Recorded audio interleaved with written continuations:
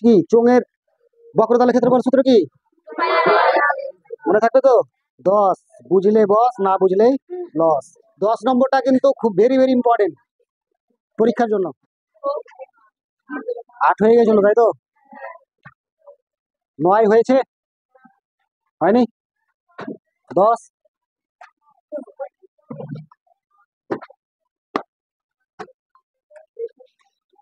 ওই তিলক হয়েছে,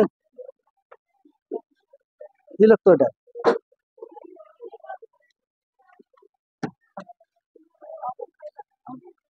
9 হয়েছে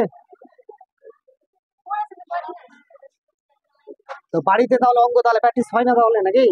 শুধু এখানে করে নিলাম, হ্যাঁ 1.1 করিয়ে দেওয়া আছে, ছেড়ে দিয়েছি সব। 1.1 এদিকে 9 শুরু করি। 7 সেমি ব্যাসের একটি লম্ব বৃত্তাকার নাই, 7 সেমি ব্যাসের একটি লম্ব একটি গ্যাস জারের কিছু জল আছে। ওই জল যদি 5.6 সেমি দৈর্ঘ্যের ব্যাসের 5 সেমি লম্বা একটি নিরেট লোহার লম্ব বৃত্তাকার চোঙের টুকরো সম্পূর্ণ ডোবানো হয়, তবে জলতলে কতটুকু ওপরে উঠবে? জলতল কতটুকু ওপরে উঠবে? লেট কেন, তাড়াতাড়ি।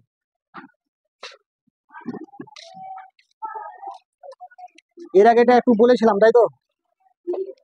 একটা জার আছে, আবার বলে দিচ্ছি, এরকম একটা বড় জার আছে, এতে কি আছে? জল আছে, সম্পূর্ণ নেই, কিছু পরিমাণে কি আছে? জল আছে। জারটির ব্যাসের দৈর্ঘ্য কত বলেছে? মানে গোটা ব্যাসটা বলেছে কত? 7। তাহলে ব্যাসার্ধ কত হবে? 7/2। ব্যাসার্ধ সবসময় অর্ধেক হয় তাই তো? এবার ওই জলে যদি কত 5.6 সেমি ব্যাসের এবং 5 সেমি লম্বা একটা নিরেট লোহার লম্ব বৃত্তাকার চোঙ সম্পূর্ণ কি করলো? চোঙকৃতির টুকরো সম্পূর্ণ ডোবানো হলো। নিরেট আছে মানে এর চাইতে একটু ছোট হবে। ওর ব্যাসের দৈর্ঘ্য কত আছে? 5.6। তাহলে ব্যাসার্ধ কত হবে? 5.6 বাই কত হবে? 2 হবে তো? বোঝা যাচ্ছে না, একটু ভালো করে লিখি। 5.6 বাই কত? 2। এটা হলো ব্যাসার্ধ হবে তাই তো? এরকম একটা চোঙ আছে ছোট্ট। আর উচ্চতা কত আছে? আর উচ্চতা এখান থেকে এইটুকু উচ্চতা কত সেমি আছে? 5 সেমি। এরকম একটা নিরেট একটা চোঙ আছে, এবার এর ভিতরে কিছুটা পরিমাণে জল আছে, ঠিক আছে? এবার এটা যদি এখানে যদি সম্পূর্ণ ডোবা হয় তাহলে কি জলটা উপরে বাড়বে না বাড়বে না? তাহলে জলটা কতটা উপরে উঠলো এটাই জিজ্ঞেস করেছি, ঠিক আছে? তো কোথা থেকে উপরে উঠবে, নিচ থেকে কতটা উপরে উঠবে, সম্পূর্ণ ডুবিয়ে দেবে এটাও। তো ওটাই আমি প্রথমে লিখতে পারি যে নিরেট চোঙটির ব্যাসার্ধ দৈর্ঘ্য, নিরেট চোঙটা করলাম কত নম্বর? এটা নিরেট চোঙের ব্যাসার্ধ দৈর্ঘ্য। ব্যাসার্ধ দৈর্ঘ্য কত হবে? আর সমান নিরেট চোঙের কোনটা? এটা তো। এর ব্যাসার্ধ কত হবে? 5.6/2। তাহলে কাটাকাটি করে কত আসবে? 2.8 সেমি তো, সেমি, ঠিক আছে? এবার নিরেট চোঙটি উচ্চতা দৈর্ঘ্য, উচ্চতা কত হবে? 8 সমান, তাই তো? এবার নিরেট চোঙটির আয়তন, মানে যতটা জায়গা আছে অতটাই তো এখানে জলটা, মানে জলটা অতটাই তো উপরে উঠবে। এর আয়তনটা বের করতে হবে। তাহলে নিরেট চোঙটার কি আয়তন কত হবে? পাই আর স্কয়ার এইচ ঘন একক। আয়তনের সূত্র কি? পাই আর স্কয়ার এইচ। অঙ্ক করতে করতে সূত্র মুখস্থ হয়ে যাবে, হবে না? তাহলে পায়ের মান কত? 22/7। আর এর মান 2.8, তার কত স্কয়ার ইন্টু এইচ এর মান 5। এর লেখো কি? বর্গ, হ্যাঁ ঘন সেমি, তাই তো?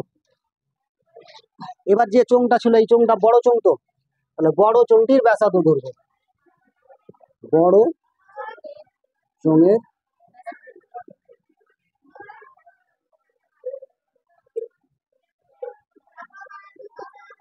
আর সমান, বড় চোঙটির ব্যাসার্ধ দৈর্ঘ্য আর সমান কত হবে? ব্যাস ছিল গোটাটা, ব্যাসার্ধ মানে অর্ধেকটা হয়ে যাবে, তাই তো? তাহলে 7/2 সেমি। ক্লিয়ার? এইটুকুটা বোঝা গেছে? এবার ধরি বড় চোঙটি, এবার লিখো ধরি বড় চোঙটি কি উত্তরটা চেয়েছে? জলতল কতটুকু উপরে? জলতল বড় চোঙটি, এখানে বড়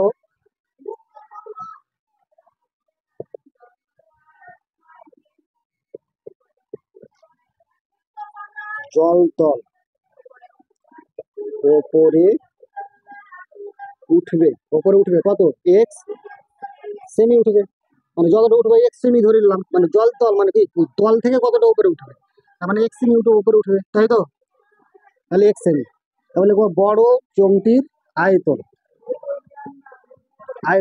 আয়তন কি পাই আর স্কয়ার, আর স্কয়ার মানে কত? একবারে বসে 7/2, তার কত স্কয়ার ইন্টু এইচ কত? ওই এক্সটা ঘন সেমি। তো 22 কত 7 ইন্টু 7/2 তার কত স্কয়ার ইন্টু এক্স ঘন সেমি। এটা কি পেলাম? ছোট চোঙটার আয়তন, যতটা জল এখানে মানে যতটা নিরেট চোঙটা যতটা এখানে যাবে, যতটা জায়গা আছে ততটাই তো জল উপরে উঠবে, তাই তো? এর আয়তনের সঙ্গে এর ভিতরে যতটা জল, মানে এই যতটা ভিতরে এখানে যে যতটা জায়গা নিবে ততটাই তো জল উপরে উঠবে, তাই তো? ওর চাইতে বেশি উঠবে না? উঠবে কি? যেমন মনে করেন একটা বড় একটা টিন আছে, যদি পাতলা লোককে বসিয়ে দিলে একটু জল উঠবে, আর যদি মোটা কুম্ভখণ্ড মতো মোটা লোকে বসিয়ে তাহলে কি জলটাও বেশি উঠবে নাকি? ওরকম ব্যাপার। এর আয়তনের সঙ্গে জলের উচ্চতা হাইটের সম্পর্ক আছে, ওই জন্য আমি করে দেবো কি শর্তানুসারে এটা আয়তন সমান এটা আয়তন, তার মানে কত?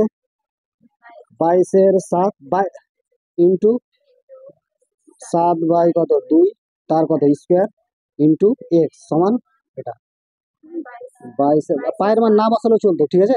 না বসালেও চলতো। 2.8 তার কত স্কোয়ার ইন্টু, তাহলে এক্স সমান কত হবে? 22/কত 7, 22/7 ইন্টু এটা কত আছে 2.8, দুবার বসবে, স্কোয়ার আছে তাই, ইন্টু 5, তাই তো? বসে গেল। এর সঙ্গে যেটি ছিল সেটা কোথায় বসবে? নিচে।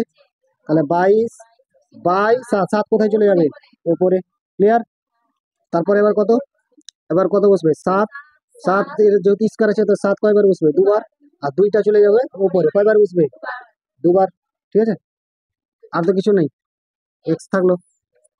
এবার দশমিকের জন্য একটা 1, দশমিক পর একটা সংখ্যা আছে একটা 0, দশমিক উড়ে গেল।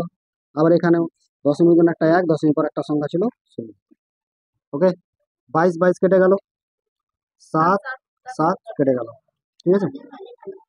7 দিয়ে 4 7 28, 7 দিয়ে 4 7 28, তাই তো? 5 দিয়ে 5 দুগুণা 10, 2 2 উড়ে গেল। আর কিছু কাটার আছে?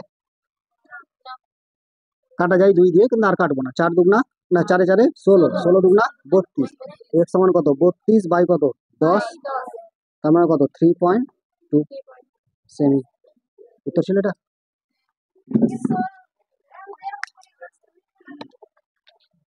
পায়ের মান না বসালে হতো, পাই কেটে দিতাম একটার উপর, ঠিক আছে? তাও হতো। ক্লিয়ার? সমাধান কোথায় ভুল আছে? ওই যেগুলো অঙ্ক হলো ওগুলোকে কিন্তু 2বার 3বার করে প্র্যাকটিস করতে হবে, ঠিক আছে? ক্লিয়ার? এবার চলে আসবো কত নম্বর? 10 নম্বর। 10 বুঝলে বস, না বুঝলেই লস। বুঝা গেল? বুঝলেই বস, না বুঝলেই লস।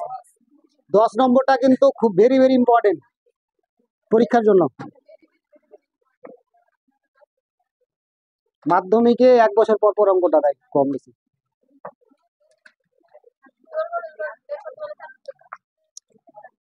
এটি আমি পড়ছি, এটি লম্ব বৃত্তাকার, সরি, এটি লম্ব চোঙ আকৃতি স্তম্ভের বক্রতলের ক্ষেত্রফল 264 বর্গমিটার এবং আয়তন 924 ঘনমিটার।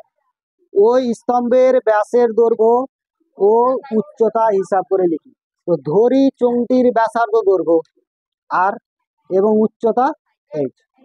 আচ্ছা, বইয়ে বলেছে কি বক্রতলের ক্ষেত্রফল কত বলেছে?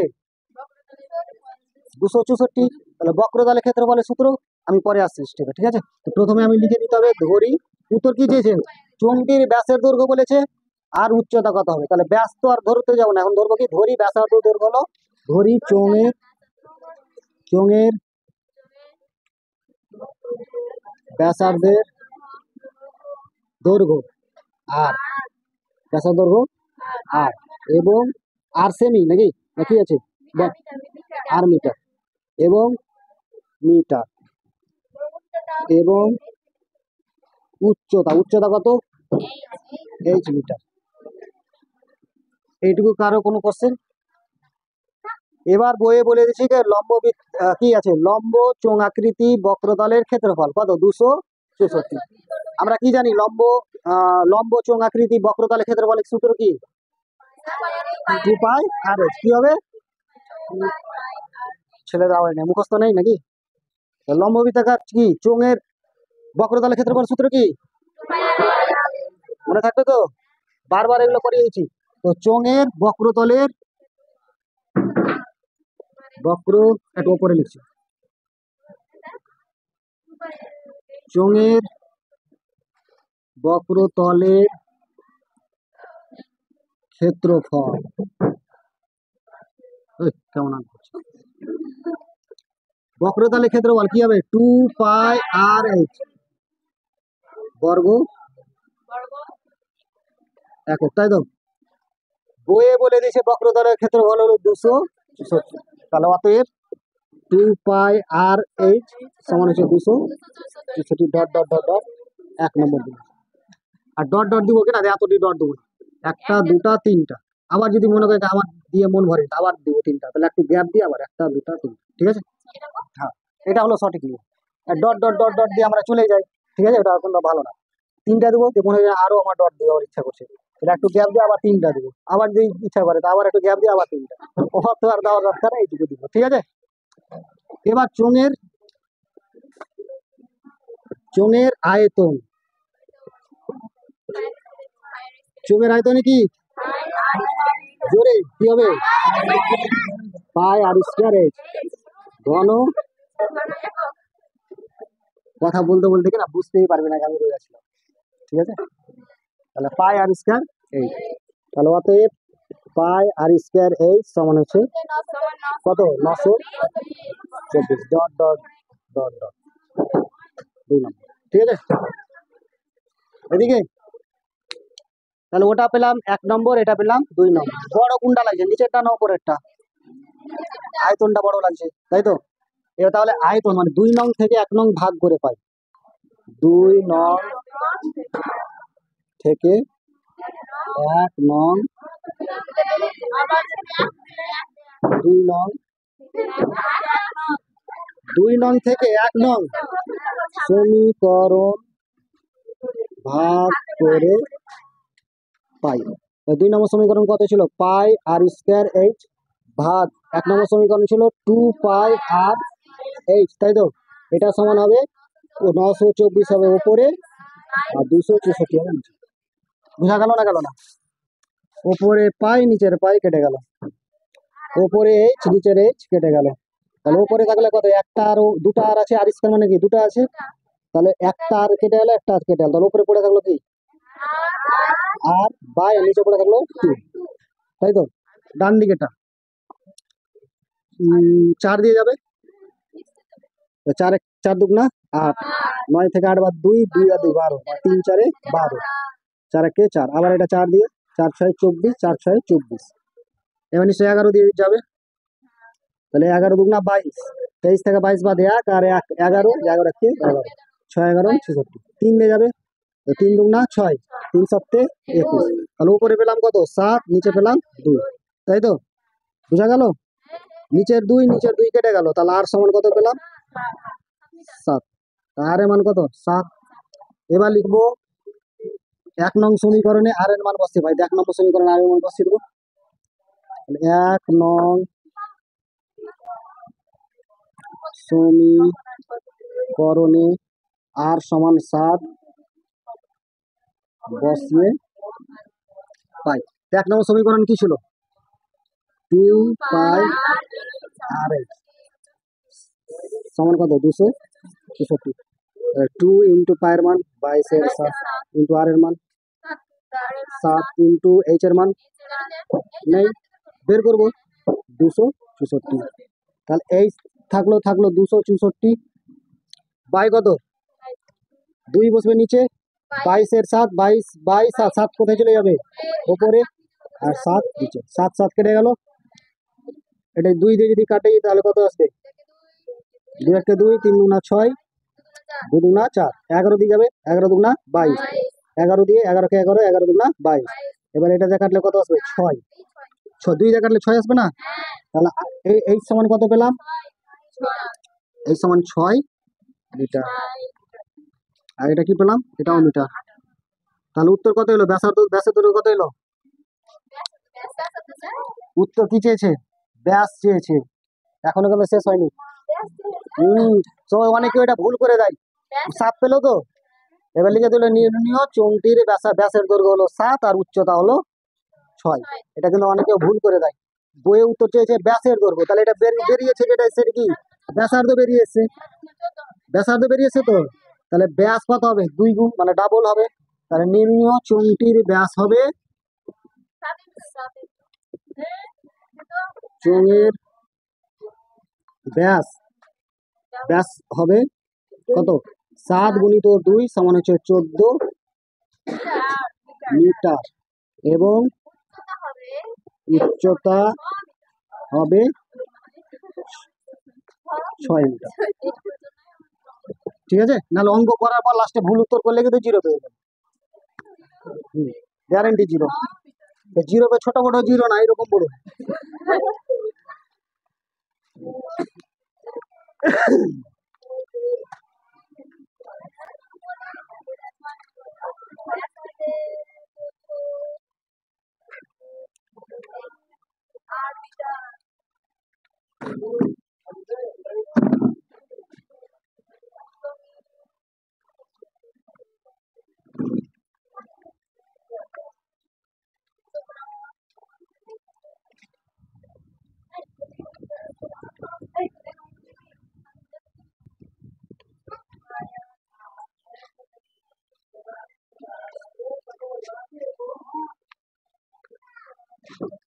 এটা কি আছে?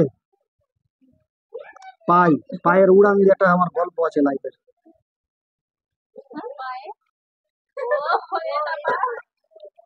পাই পাই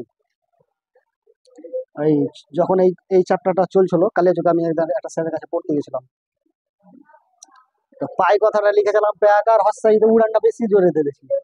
এটা কয়েকটা মেয়ে কিন্তু কমেন্ট করতে লাগলো, হ্যাঁ হেলিকপ্টারে উড়ান, সেই উড়ান। হ্যাঁ মানে ও মানে ভালো র্যাগিং করছে। আমার খুব রাগ হলো। বাইরে এলাম, বাইরে এসে টেসে ওদের জয়টা জুতা ছিল বর্ষার সময়, একটা একটা করে ক্যারিতে ভরে।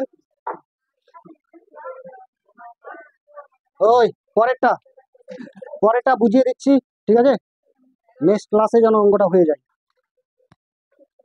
9 মিটার উচ্চতা বৈশিষ্ট একটি লম্ব বৃত্তাকার চোঙ আকৃতি ট্রাঙ্কে কি আছে?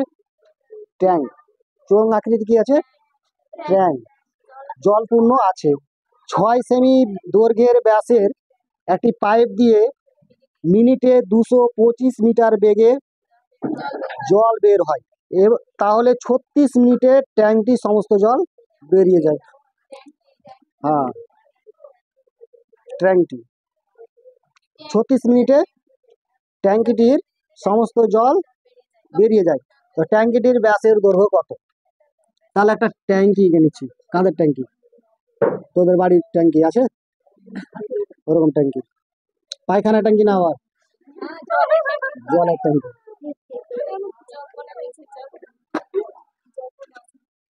এরকম একটা ট্যাঙ্কি আছে, যার উচ্চতা বলে দিয়েছে কত?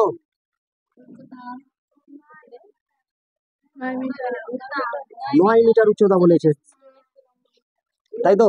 9 মিটার কি বলেছে? উচ্চতা। এবার এবার কি আছে? 6 সেমি ব্যাসের একটি পাইপ দিয়ে, তাহলে একটা 6 সেমি আছে, এটা আছে মিটার। 6 সেমি মানে একটা পাইপ আছে, এরকম জায়গায় একটা পাইপ আছে, ঠিক আছে? এরকম জায়গায় একটা পাইপ আছে, মনে হলো কোনখানে দিলাম, এদিকে দিলাম। এরকম 6 সেমি একটা কি আছে? পাইপ আছে। ওই পাইপ দিয়ে একটা সমস্ত জল কিন্তু এখান থেকে বেরিয়ে যাচ্ছে। 6 সেমি ব্যাসের, 6 সেমি ব্যাস, তাহলে ব্যাসার্ধ কত হবে? ব্যাসার্ধ কত? 3। তাহলে ওই 3টা যেটা আছে সেটা হলো সেমি। সেমিকে কাতে নিয়ে চলে আসবো, মিটারে নিয়ে চলে আসবো, তাই তো? এর আগে তো মিটার আছে নাকি? 9 মিটার আছে তো, এটা 9 মিটার আছে, তাহলে এটা তো সেমি, তো এটাও কাতে নিয়ে আসবো, মিটারে নিয়ে চলে আসবো।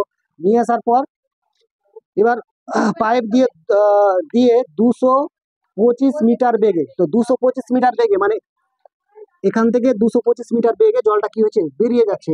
তার মানে উচ্চতাটা ধরে নেবো 225। 200 কত ধরবো? 25 মিটার। তাহলে উচ্চতা ধরে নিলাম কত? 225, ঠিক আছে? আর এটা ব্যাসটা কত হবে? 3। ব্যাসার্ধ কত হবে? 3 হবে। 6 আছে, তার মধ্যে কত হবে? 3 হবে ব্যাসার্ধটা। পাইপের তো একটা চোঙাকৃতি তো। এবার 36 মিনিটের সমস্ত জল বেরিয়েছে, তো যতটা বেরোবে 1 মিনিটে তো 225 মিটার বেগে চলছে, তাই তো? 36 মিনিটে মানে কত? যতটা পাইপে জল যাবে 36 মিনিটে, অতটা জল তো এখান থেকে খালি হয়ে যাবে। 36 মিনিটে সমস্ত জল বেরিয়ে যায়। তাহলে লিখবো পাইপটা থেকে জল যেটা বেরিয়ে যাচ্ছে সেটা হলো আয়তন। তাহলে প্রথমে লিখবো ওই পাইপটির ব্যাসার্ধ দৈর্ঘ্য কত? 6/3। ব্যাসার্ধ কত? 6/3। তাহলে তারপরে লিখবো 36 মিনিটে সমস্ত জল বেরিয়ে যায়, দিয়ে সমান লিখে আয়তনের সূত্র। আয়তনের সূত্র কি? পাই আর স্কোয়ার এইচ, ঠিক আছে? আর যেটা 6 সেমি ছিল এটা কি কাতি করবো? মিটারে করে নেবো। তারপরে কি বললাম? যে 36 মিনিটে সমস্ত জল বেরিয়ে যায়, তা আয়তনের সূত্র কি? পাই আর স্কোয়ার এইচ। আর স্কোয়ার মানে কত? ওই সেমিটা ব্যাসার্ধ যেটা পেলাম পাইপের, তাই তো? ওটার স্কোয়ার ইন্টু এইচ কত? 200 কত? 25 গুণিত 225 বসিয়ে দেবো। এইচ টেচ বসাও না, পাই আর স্কোয়ার এইচ এগুলো লেখার দরকার নেই, ডাইরেক্ট বসাও, ঠিক আছে? পায়ের মান বসিয়ে দেবো পাই আর স্কোয়ার, মানে আর এর মান বসিয়ে দেবো, তার স্কোয়ার ইন্টু এইচ এর মান হলো 225 ইন্টু কত দেবো? 1 মিনিটে 225 যায়, তো 36 মিনিটে কত যাবে? 36 দেখুন, তাহলে ইন্টু কত? 36। বোঝা গেল? যেটা পেলাম সেটা কি পেলাম? যেটা জল পাইপ থেকে জলটা বেরিয়ে যাচ্ছে সমস্ত জলের আয়তনটা পেয়ে গেলাম নাকি? সমস্ত জলের কি পেলাম? আয়তন পেয়ে গেলাম। তারপরে এবার ট্যাঙ্কিটির উচ্চতা কত? তাহলে ব্যাসার্ধ দৈর্ঘ্য ধরি, ব্যাসার্ধ দৈর্ঘ্য হলো আর নাকি? ট্যাঙ্কিটির আয়তন, যেটুকু জল বেরিয়ে আসবে সেটুকু তো ট্যাঙ্কির ভিতরেই ছিল। ট্যাঙ্কির আয়তন আর যে জলটা বেরোলো ওটা আয়তন কি হবে? সমান না সমান? সমান হবে। তাহলে ট্যাঙ্কিটির আয়তন বের করবো। তো ট্যাঙ্কিটির আয়তন পাই আর স্কোয়ার এই, পায়ের মান বসিয়ে দেবো, আর এর মান বসিয়ে দেবো। আর এর মান কত আছে? 9 আছে না? ও 9 কেন হবে? আরই হবে। ধরি ব্যাসার্ধ দৈর্ঘ্য হলো আর উচ্চতা কত আছে? 9 দিয়ে ওই আয়তনটা মানে গোটার আয়তনটা থেকে যে জলটা বেরিয়ে গেল, যে আয়তনটা পেলাম 36 মিনিটে, দুটা কি করে দেবো? সমান করে দেবো। আর এর মান চলে আসবে। আর এর মান যখন চলে এলো, উত্তর চেয়েছে কি? ব্যাস চেয়েছে, তাহলে 2 দ্বিগুণ করে যেটা পাবো সেটাই উত্তর। বুঝা গেল না গেল না? বুঝা গেল? ঠিক আছে, করে আসতে হবে এটা, ঠিক আছে? এটা হোমওয়ার্ক থাকলো। পরে 12 নম্বরটা একটু বুঝিয়ে দিই। হ্যাঁ, রবিবার পরশুদিন ক্লাস আছে। 12 নম্বর বুঝিয়ে দিচ্ছি। সমান ঘনত্বের একটি লম্ববৃত্তাকার কাঠের টুকরোর বক্রতলের ক্ষেত্রফল কত আছে? 440 বর্গমিটার। 1 ঘন ডেসিমি কাঠের ওজন 1.5 কিগ্রা এবং গুঁড়োটির ওজন 9 কত আছে? 24 মানে 24 কুইন্টাল। আচ্ছা, 1 কুইন্টাল সমান কত কিলো? 1 কুইন্টাল সমান 40 কিলো। 1 মন বলে 40 কিলোতে কত হবে? 80। 80তে 2 মন।